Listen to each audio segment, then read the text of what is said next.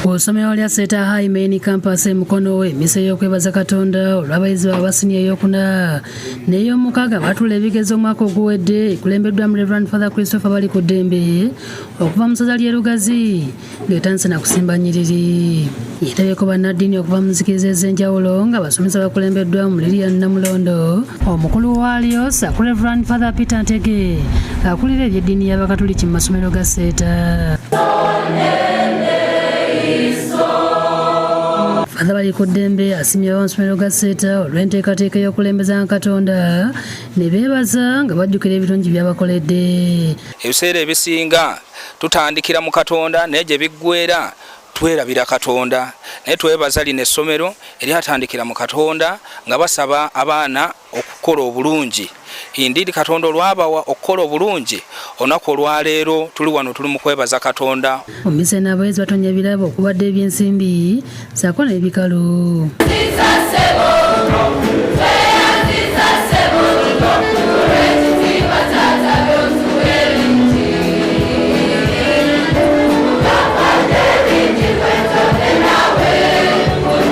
Father asabidde abayizi bamaliriza siniya ey'omukaaga omukisa gwe bakulembere mu matendekero aga waggulu gye bagenda.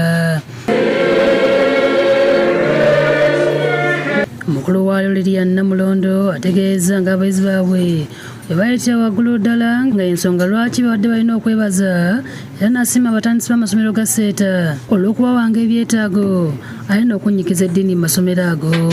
Twebaza bakama baffe ow'ekitiibwa Dr. Jesse Muyingo ng'otaddeko n'omukyala Rose Namayanja Muyingo olw'obuwagizi bwe batuwadde okulaba nga tukola bulungi emirimu gyaffe. Namulondo era ategeeza ng'akakiiko akafuzi akatwala amasomero ga Seeta bwe baasalawo okusiima abayizi 24 bafuna obubonero 8 mu siniya ey'okuna nga no baba bbasale nzijuvu basomere bwereere okutuusa lwe banaamala siniya ey'omukaaga.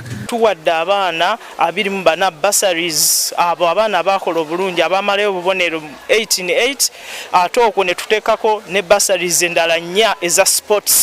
Kino kyokka kisanga mu Seeta High School. Asibiridde abayizi abagenze mu matendekero aga waggulu entanda okusigala nga bagoberera n'okukuuma ennono ez'amasomero ga Seeta. Abayizi abatula siniya ey'okuna n'abamaliriza siniya ey'omukaaga beebaziza abatandisi b'amasomero ga Seeta olw'okubeera ettaala mu kusoma kwabwe. Era nafuna 10 nebaza essomero abampadde bbasale main campus nakola PCB nenfuna 17. Oluvannyuma basanusiza abagenyi n'emizannyo ssaako amazina.